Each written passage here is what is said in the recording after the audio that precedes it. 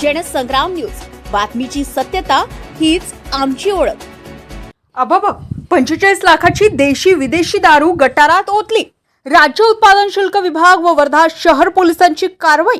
वर्धा शहर पोलीस स्टेशनमध्ये 310 वारस गुन्ह्यातील जप्त करण्यात आलेली 45 लाख रुपये किमतीची देशी विदेशी दारू आणि बियर जप्त करण्यात आली। तो दारूसाठा बुधवारी 20 मे रोजी दुपारी 3:30 वाजताच्या सुमारास वर्धा पोलीस स्टेशनच्या आवारात 7 ते 8 मजुरांच्या हाताने बॉटलचे झाकण तोडून दारू मोठ्या भांड्यामध्ये जमा करून गटारामध्ये ओतण्यात आली आहे। न्यायालयाच्या आदेशानुसार ही कारवाई राज्य दारूबंदी उत्पादन शुल्क विभागाचे अधिकारी PSI DY राऊत, अमित नागमोते, सुजाता भारतकरे यांच्या देखरेखीखाली वर्धा पोलीस स्टेशनचे ठाणेदार संतोष तालय यांच्या मार्गदर्शनाखाली PSI राम ढगे, हवालदार विजय पंचटेके, प्रवीण मूळ, हेड मोहरल वर्धा शहर जयश्री नाईक, हेड कॉन्स्टेबल लोमेश गाढवे यांच्या समक्ष नष्ट करण्यात आले।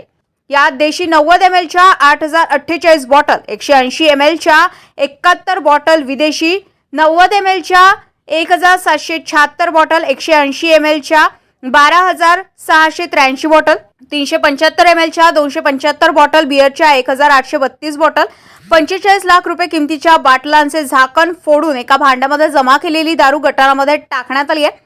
या अगोदर सुद्धा वर्धा शहर पोलीस स्टेशनमध्ये 500 गुन्ह्यातील 75 लाख रुपये किमतीची विदेशी दारू गटारात ओतण्यात आली।